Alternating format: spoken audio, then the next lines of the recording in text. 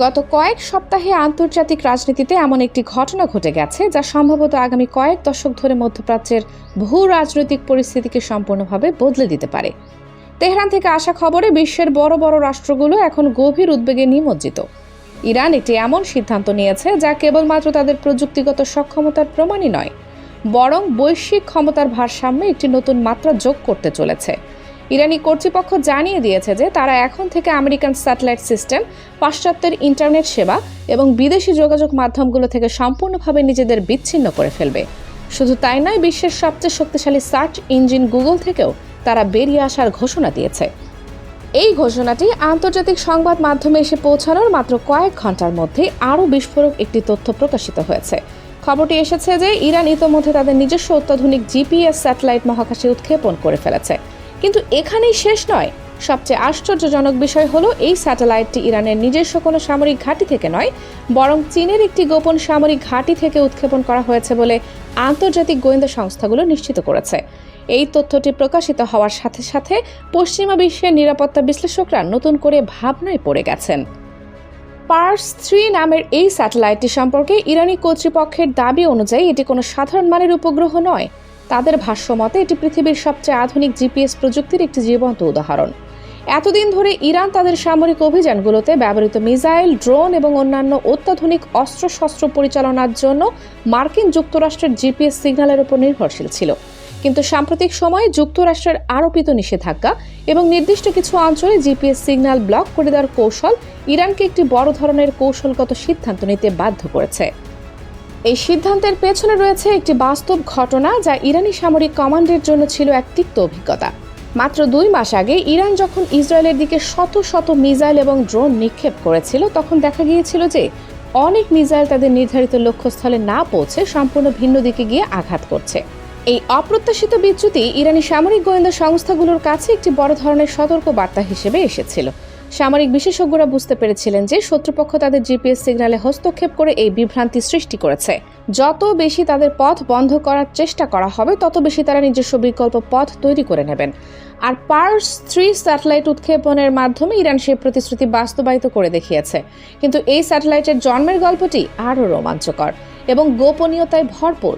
আন্তর্জাতিক সংবাদ মাধ্যমের প্রাপ্ত তথ্য অনুযায়ী এই জিপিএস স্যাটেলাইটটি নির্মাণ করা হয়েছে ইরানের পাহাড়ি অঞ্চলের প্রায় 200 ফুট গভীরে নির্মিত একটি গোপন ভূগর্ভস্থ গবেষণাগারে। এই গবেষণাগারটি এতটাই সুরক্ষিত এবং গোপনীয় যে পশ্চিমা গোয়েন্দা সংস্থাগুলো দীর্ঘদিন ধরে এর অস্তিত্ব সম্পর্কেই জানত না। এই ভূগর্ভস্থ সুবিশাল কমপ্লেক্সে হাজার হাজার ইরানি বিজ্ঞানী, প্রকৌশলী এবং প্রযুক্তিবিদ গত কয়েক বছর ধরে নিরলস পরিশ্রম করেছেন বলে বিভিন্ন গোয়েন্দা সূত্র থেকে জানা গেছে। এই ধরনের একটি অত্যাধুনিক জিপিএস স্যাটেলাইট তৈরি করতে যে প্রযুক্তিগত দক্ষতা এবং জ্ঞান প্রয়োজন, তা অনেক উন্নত রাষ্ট্রের কাছেও নেই। এই কারণে আন্তর্জাতিক বিশ্লেষকরা এই সিদ্ধান্তে পৌঁছেছেন যে এই বিশাল প্রকল্পে রাশিয়া এবং চীনের অভিজ্ঞ বিজ্ঞানী ও প্রযুক্তি বিশেষজ্ঞরাও সরাসরি জড়িত থাকতে পারেন। চীনের সামরিক ঘাঁটি থেকে স্যাটেলাইট উৎক্ষেপণের ঘটনা এই ধারণাকে আরও শক্তিশালী করে তুলেছে। একটি আধুনিক জিপিএস স্যাটেলাইট নির্মাণ এবং উৎক্ষেপণ করতে সাধারণত কয়েক হাজার কোটি ডলার ব্যয় হয়।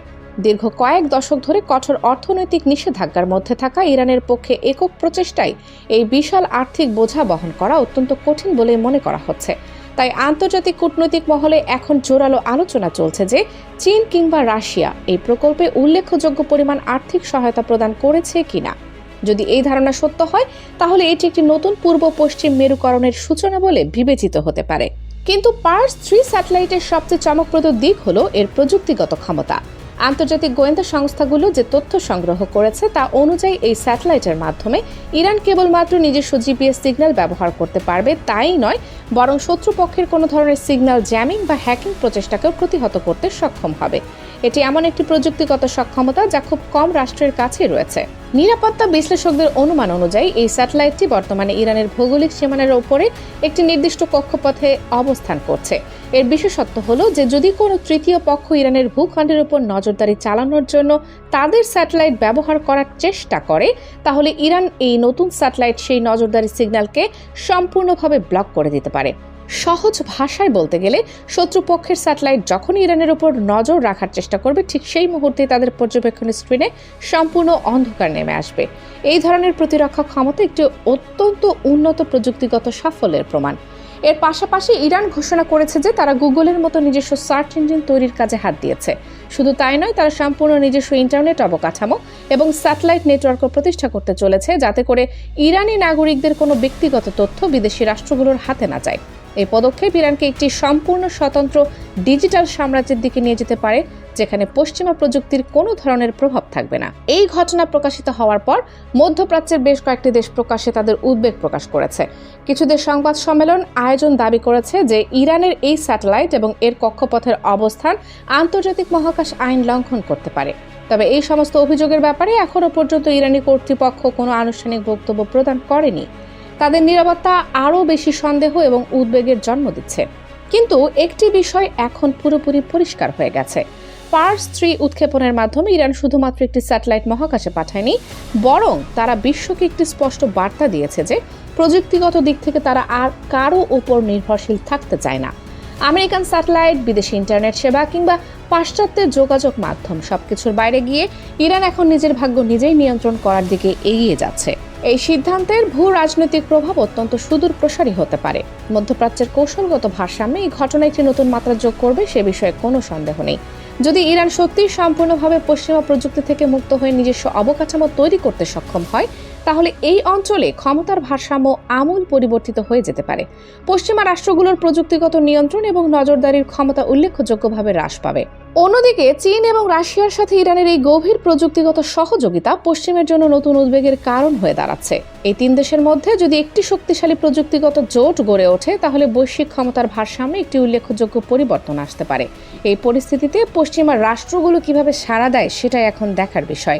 ইরানের এই সাহসী পদক্ষেপ বিশ্বের অন্যান্য দেশগুলোর জন্য একটি উদাহরণ হয়ে উঠতে পারে, যারা পশ্চিমা প্রযুক্তির উপর নির্ভরতা কমাতে চায়। ডিজিটাল স্বাধীনতা এবং প্রযুক্তিগত স্বনির্ভরতা, এই নতুন যুগে ইরানের এই পদক্ষেপ একটি মাইলফলক হিসেবে বিবেচিত হতে পারে। তবে এই পথ যে কতটা কণ্টকাকীর্ণ এবং চ্যালেঞ্জিং হতে পারে তা সময় বলে দেবে।